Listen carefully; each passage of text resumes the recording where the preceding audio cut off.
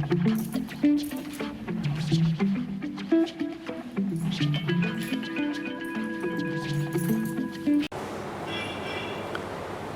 मित्र ने लिखा है, अस्तित्व में सब कुछ अपने आप हो रहा है जैसा कि आप कहते हैं, तो उस पर दुख नहीं होना चाहिए या दुख नहीं करना चाहिए। पर भारत में हिंदू समाज के प्रति कई अन्याय 1000 साल से हो रहे हैं। कश्मीर से कश्मीरी पंडितों का निकाला जाना, मदरसों में एक्स्ट्रा फंड्स देना जो कि मंदिरों में नहीं दिया जाता, ऐसे बहुत सी कंट्रोवर्सी हैं। तो क्या हिंदुओं को चुप रहना चाहिए?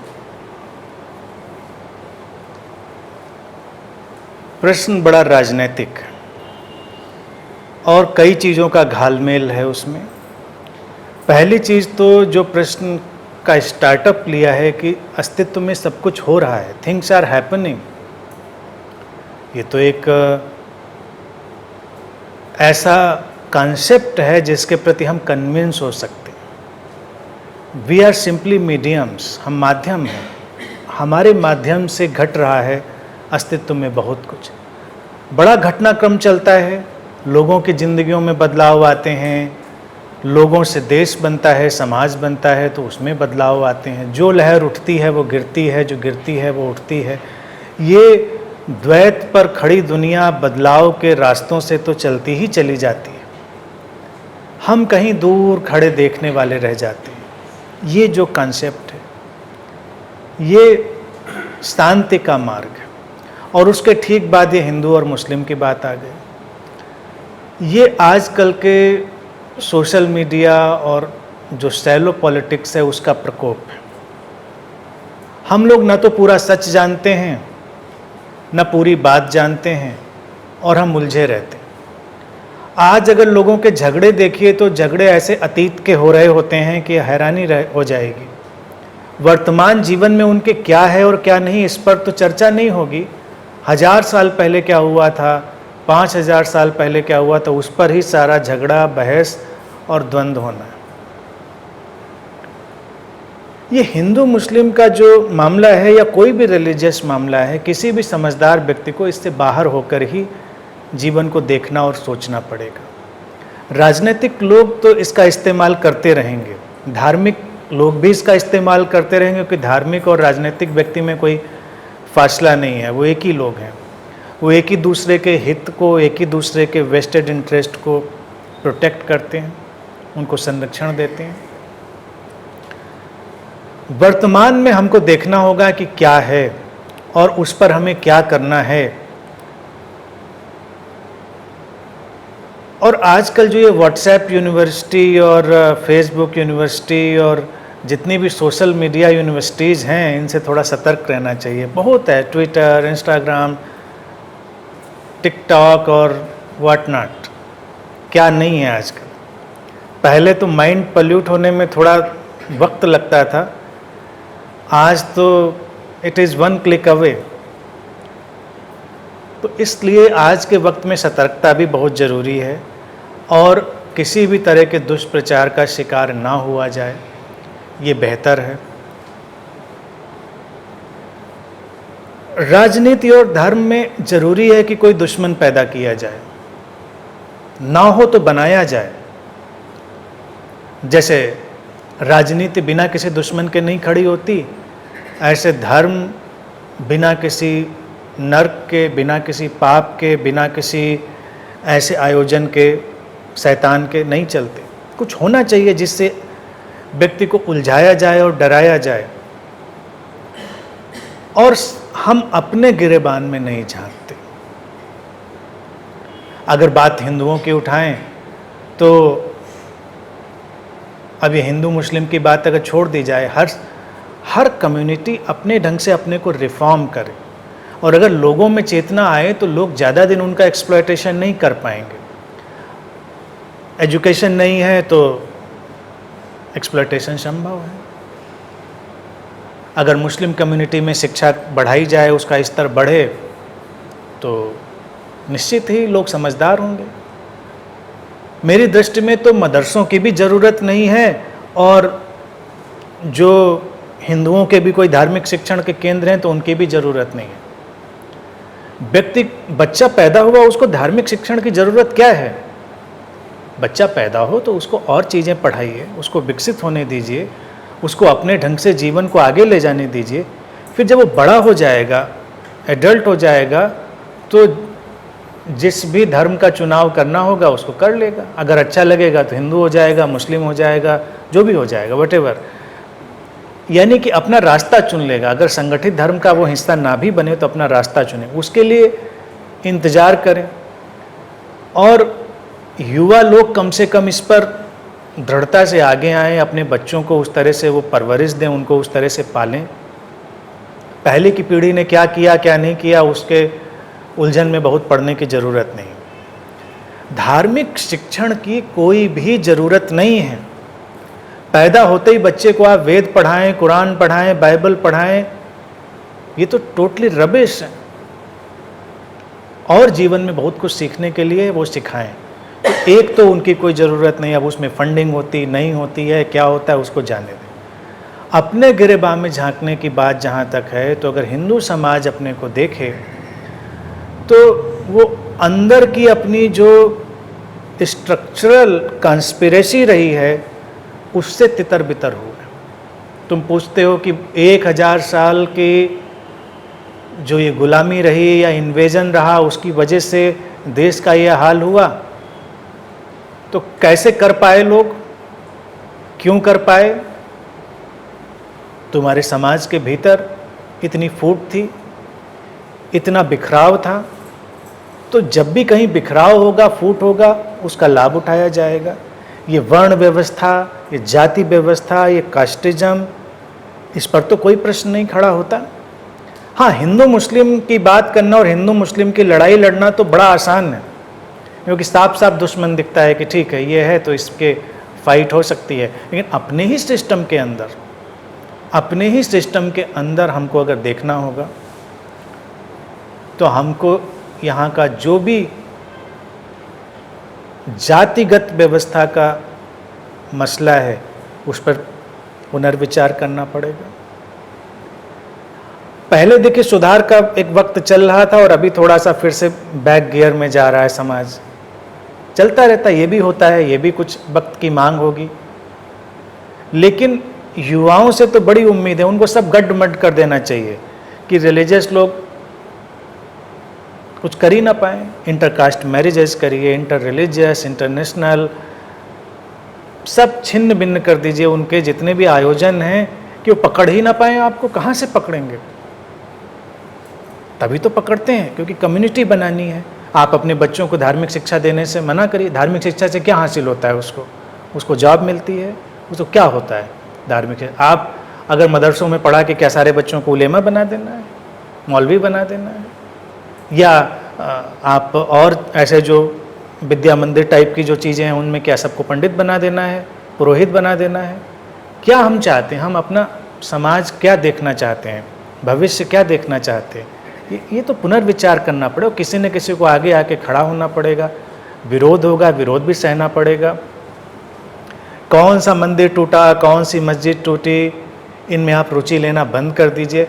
अभी तो आप इतना ही समझ लीजिए कि इनका औचित्य ही कितना बड़ा है। एक वक्त था जब किसी ने उनका बड़ा औचित्य माना तो किसी ने उसको तोड़ने को बड़ा अपना मिशन बनाया। आप उससे थोड़ी दूरी बना लें। ठीक है, सुंदर है, स्ट्रक्चरल ब्यूटी है, सुंदर बना, खूबसूरत है, बस इतना उसका महत्व रखिए। आने जाने के लिए अच्छा लगता है तो आइए जाइए, लेकिन इतना भी उसमें इन्वेस्टमेंट मत करिए कि अपनी जान दे दीजिए, प्राण दे दीजिए। इमारतों पर अगर हम खून खराबा करें तो कितनी असभ्य बात है। इमारतें तो जाने दीजिए, पशुओं पर खून खराबा हो रहा है।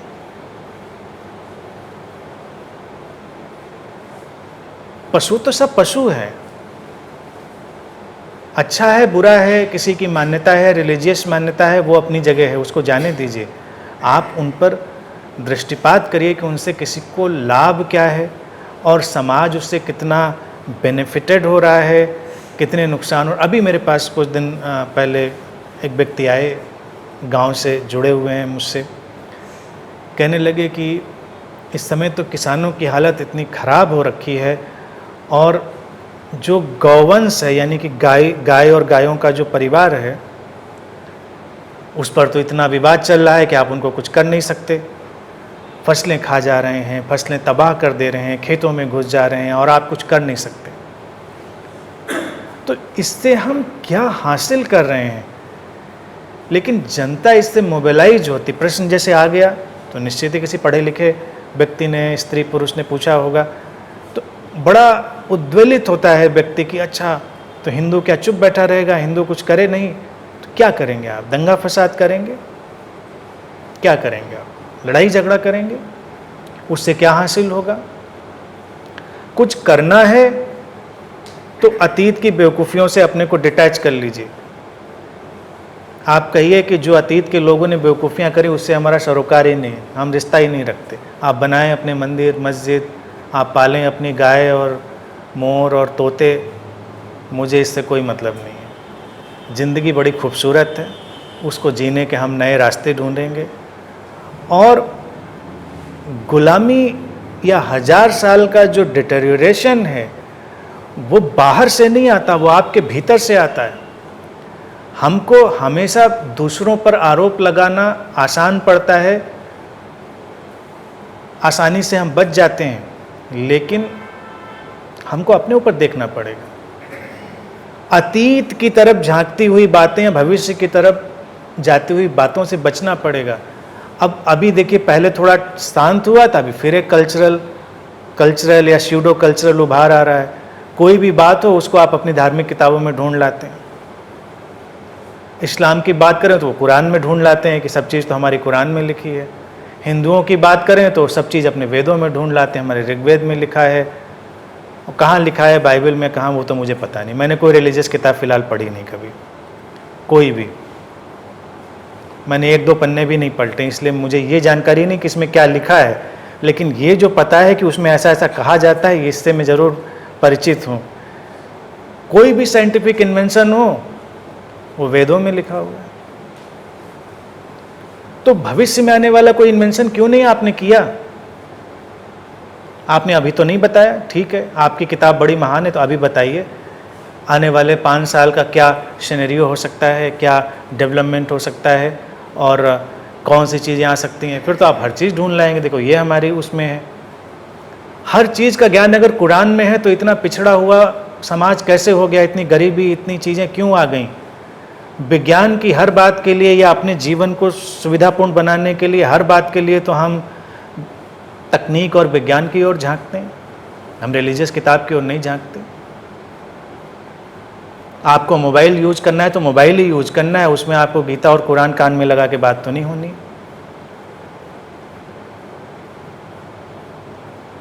और अगर आप कहते हैं कि हमारे लिटरेचर में ये सब बातें थीं, तो कहाँ थीं? अभी भी कुछ उसको निकाल के लाइए। ये लोगों को डिसेप्शन में रखने के सब तरीके हैं, और अतीत में भी रखे गए, आज भी रखे जाते हैं। अगर आप बहुत समझदारी से देखेंगे तो ये रिलीजियस और पॉलिटिकल कॉन्स्पिरेसी से पब्लिक बेवकूफ़ बनती। चुनाव होने वाले हों, आप देखें कथाएं बढ़ जाती हैं, जलसे बढ़ जाते हैं, प्रार्थनाएं बढ़ जाती हैं, शहरों में तमाम धार्मिक आयोजन होने लगते हैं, जनता खुश है, मनोरंजन चल रहा है। अब आपके पास एंटरटेनमेंट है, 10 दिन के लिए कोई कथा शुरू हो गई, 10 दिन के लिए कहीं कोई मजलिस शुरू हो गई, आप इंटरटेन्ड हैं। आपको अब अपने सुख दुख की परवाह भी नहीं, आपको अपने आसपास की परवाह भी नहीं, आप इंटरटेन्ड हैं। तो ये इंटरटेनमेंट और इस कंस्पिरेसी से बाहर आना होगा। तो ये जो रिलीजियस जो लोग हैं उसको बंद करेंगे, नहीं तो ये पॉलिटिकल और सब लोग मिलकर उसको जारी रखेंगे, क्योंकि आप उससे प्रभावित हैं ना, खुश। अब कांवड़िए जाएंगे पानी चढ़ाने, आप हेलीकॉप्टर से फूल बरसाएंगे, सिक्योरिटी लगाएंगे, सड़कें ठीक करेंगे, तो कांवड़िए कौन सा बड़ा महान काम करने जा रहे हैं? इससे समाज पर क्या बड़ा सकारात्मक परिवर्तन होने वाला है? लेकिन भावनाएं लोगों की भड़काना है और लोग खुश होने। तो वही सज्जन जो भी आए थे मेरे पास गांव से, वो गायों और सब इनकी जो उसकी परेशान थे, बुराई नहीं कर पा रहे थे, क्योंकि वो भी पंडित आदमी थे, ब्राह्मण थे जो आए थे मेरे पास। और सरकार के फैसलों में सबसे ज़्यादा खुश इसी बात से थे कि देखिए सरकार कितना काम कर रही है, कांवड़ियों के लिए सब ऐसी व्यवस्था इंतजाम है। और उलट उसके बता रहे थे कि आप यकीन नहीं करेंगे गाँव में कितनी गरीबी है, एक अंडरवियर भी बच्चों को कई बार मिलना मुश्किल हो जाता है। और आप जाके देखिए, अगर गांव में जाइए, शहरों में आप कल्पना ही नहीं कर सकते कैसे तार तार कपड़े हैं, खाना नहीं है, सब चीज़ें हैं, लेकिन इन बातों से सब बहुत खुश हैं, फिर परवाह ही नहीं करते, कहते ठीक है सब चलेगा। और हम लोग यहाँ भी सब चलेगा वाले एटीट्यूड में, हम क्यों नहीं डिटैच हो जाते? तो जो समझदार हैं, यंग जनरेशन है, उनको एंटी रिलीजियस नहीं होना है, मैं नहीं कह रहा उनको नास्तिक होना है, उनको थोड़ा सा समझदार होना है, उनको समझदारी से भरना है। और परंपराएं कितनी भी महान क्यों नहीं हो रही हों, उन पर प्रश्न खड़ा करना चाहिए।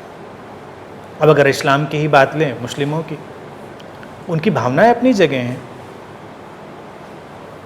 अब ये जो आता है पुराना, लोग जो मारे गए, शहीद हुए, आप रोज़ हर साल उनके लिए रोते हैं, आप फास्ट रखते हैं, सब करते हैं, कोई प्रश्न नहीं खड़ा करता कि जो बात हुई बीत गई, उसको हम अब क्यों ढोएं? आगे चलना है हमको। आपने याद किया एक बात को तो काफ़ी है ना, उसको बार बार याद करने की ज़रूरत क्या है? और बार बार याद करके हम माइंड को कंडीशनड कर रहे हैं, उसको हिप्नोटाइज कर रहे हैं।